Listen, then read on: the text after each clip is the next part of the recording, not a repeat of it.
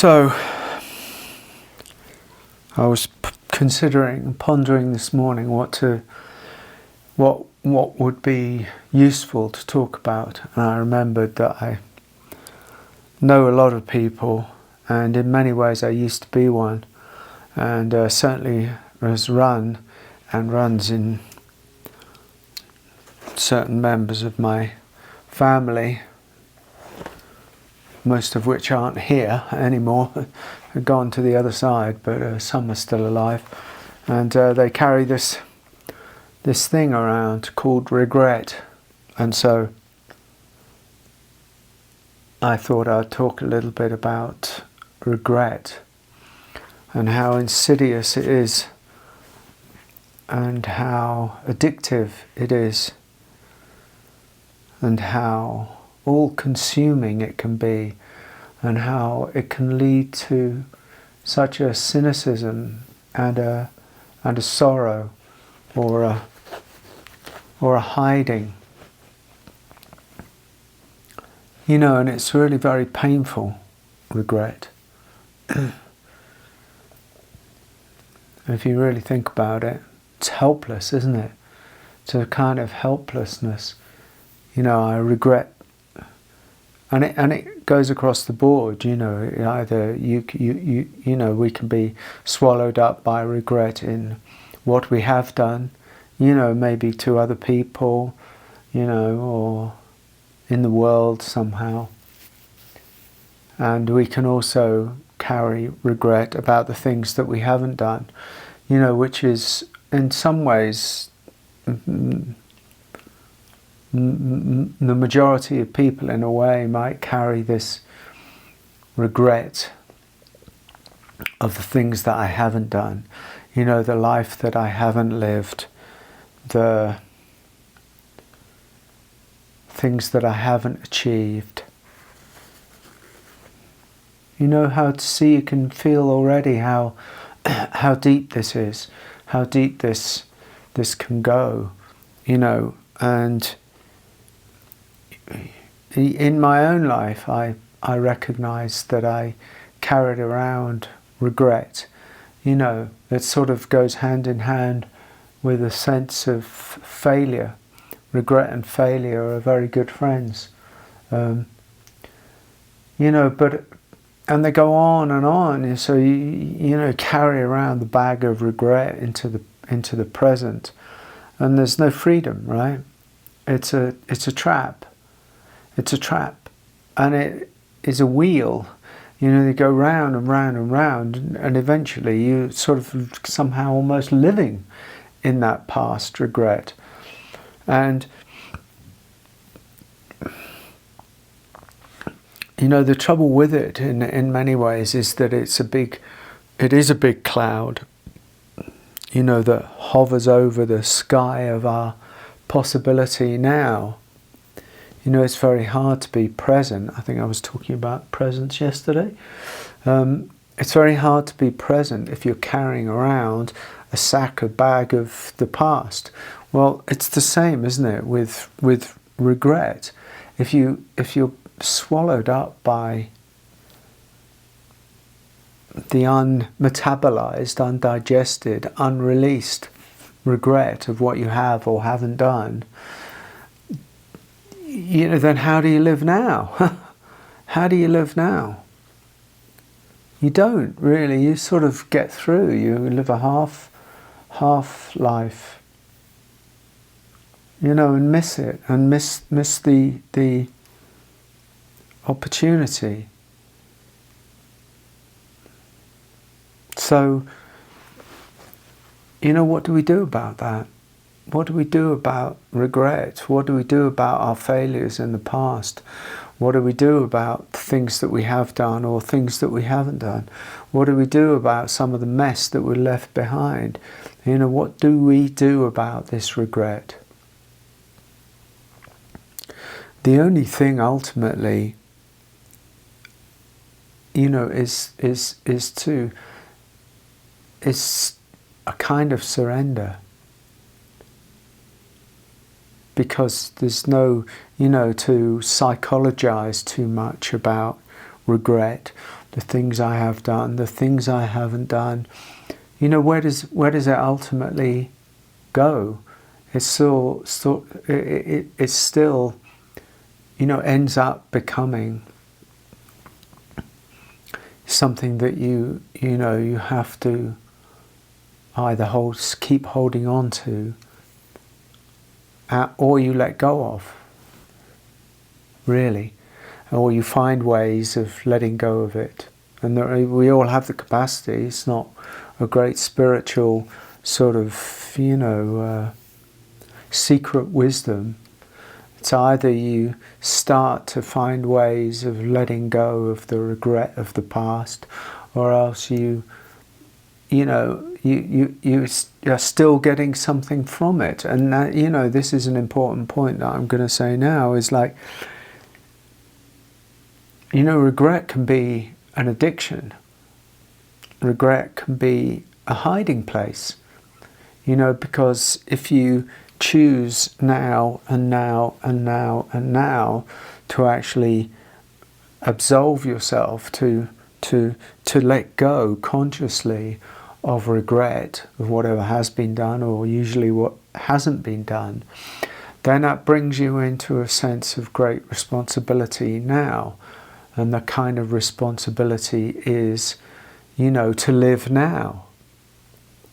Well, if you didn't live then, are you going to continue not living now, even when you've seen that carrying regret endlessly is pointless? A prison, going nowhere, just a trap, an endless trap that's going to consume you until you die. This is no way to go about things, not when you realize. So with a choice, what to do about regret. It's got all attached feelings to it, of course. It's got sense of self-worth or sense of self-unworth. You know, it has got a lot of emotion entangled with it. But unless we decide we're going to face that at some point, somehow, in some way, then it never comes undone. So we end up living in this kind of regretful place forever. And that can be an addictive, you know, an addiction, and a habit. Self-pity, guilt, remorse, shame, you know, these toxic, sticky feelings that we, you know, that are sort of somehow entangled with all of this, all rooted in the past, all rooted in a past that should or shouldn't have happened, and what we've done or what we haven't done, what we've been, what we haven't been, you know, and the things that have... Now, I'm not talking really about the things that have happened to us in that victim way. You know, I'm talking about things that we've done and we haven't done. What have we made of our lives? What did we do with it? It doesn't matter anymore. Because here we are in the great possibility of this, the great possibility of the moment, the great possibility of this day, of this new adventure, of this freshness. But we're not, you know, yeah, but I shouldn't have done that, yeah, but I could have been someone. The greatest line is on the waterfront, Marlon Brando. Yeah, I could have been someone. I could have been a contender. I mean, I carried that for myself for a really long time. It was terrible suffering. And I you know, decided that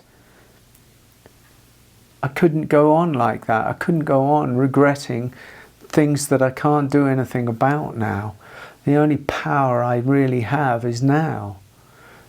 The only power I truly have is in the depth of meeting what is now. The past gone, man. It's done. Finished. It's over. Except in me, except in my head, except in my unresolvedness, except in the sort of somehow something that it affords me, you know. You know, we're clever, and we like to hide. We kind of hide from ourselves. We hide from our truth.